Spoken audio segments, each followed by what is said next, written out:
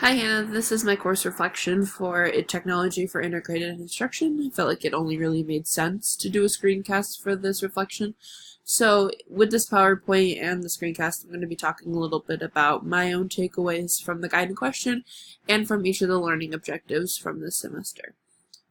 So just with a start from the guiding question, I'm actually going to come back to this at the end, but I like to put it in the front just so I can be thinking about it like while I'm doing this as well.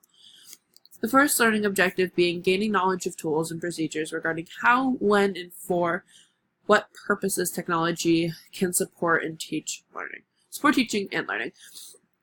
So with my own personal experience through the semester, I have learned that technology is like a gateway to so many new experience for students, and especially if those students all have access to that technology, I think it is an invaluable resource for us as educators. There's so many apps and so many programs that are out there that can help supplement the teaching that we're doing that I think that we would be a little crazy not to use it sometimes.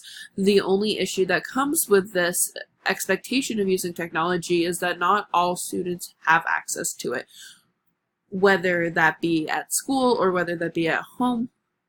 We need to make sure that those gaps are filled before we're trying to make it and meld it into our lessons. Sometimes with the issue of it being at school is that not all schools have one-to-one technology, so we can't expect students to bring in their own tablets or bring in their own laptops or even bring in their own phones, because not every student will have access to that.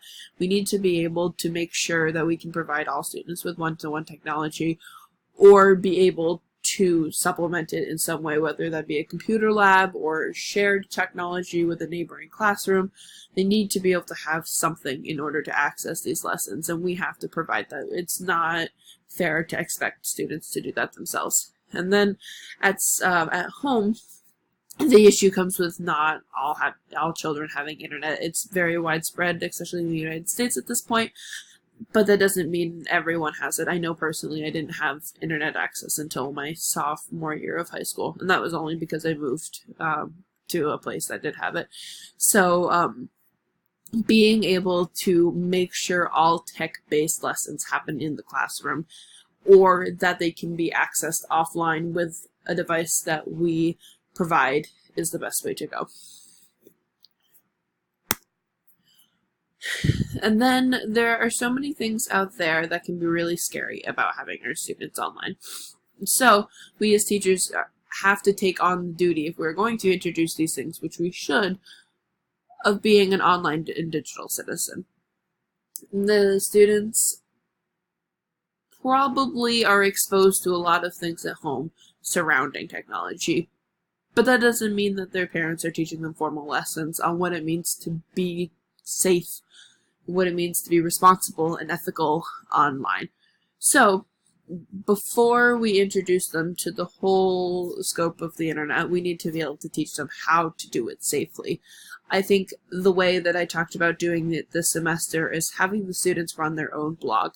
I talked about the at least in one of my lesson plans, where I think it would be great to have kids have a forum to just talk about what they want to talk about. Each kid has to put up a blog post a week or something along those lines, and then kids can respond to the posts about what they're interested in kind of a monitored area, so that we can use experiences and little mishaps to learn from to later apply to the real internet world. And so then the next step being that this whole scope of internet access is acknowledged on a bigger scale than just us. Not all of our students will have internet access. Not all of our students will know how to safely use the internet.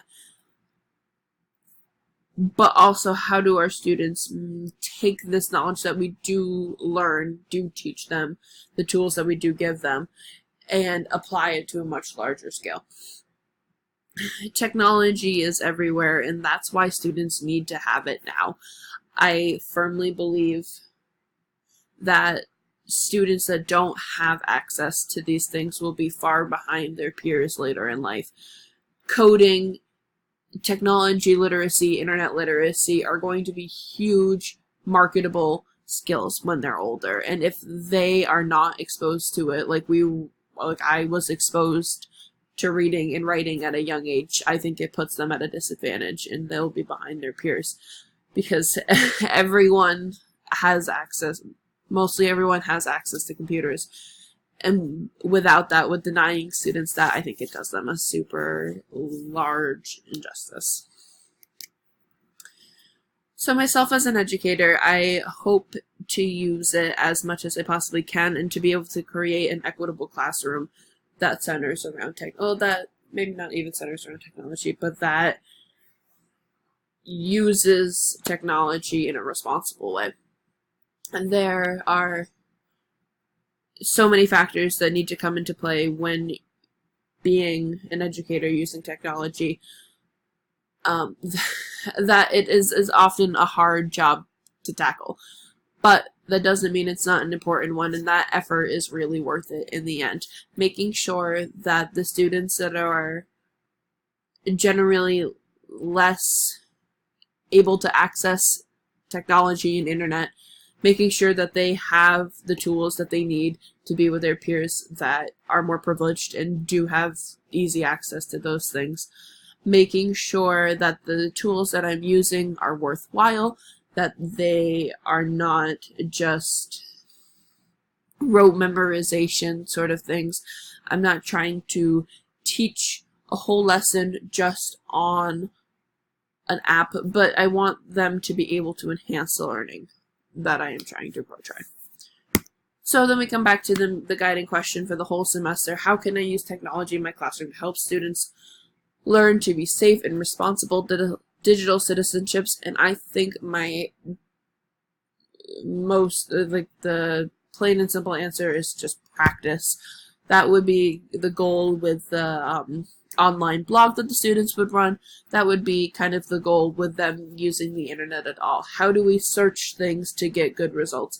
How do we talk in an online forum in a safe way? How do we use technology in a way that is productive and not just idle? Making sure that students know these things is really important. And practice is the only way we can get there. The more students are exposed to it, the more they're going to be able to do it in the real world. That's my course reflection for this year. Thank you for a great semester, Hannah, and we'll see you next one.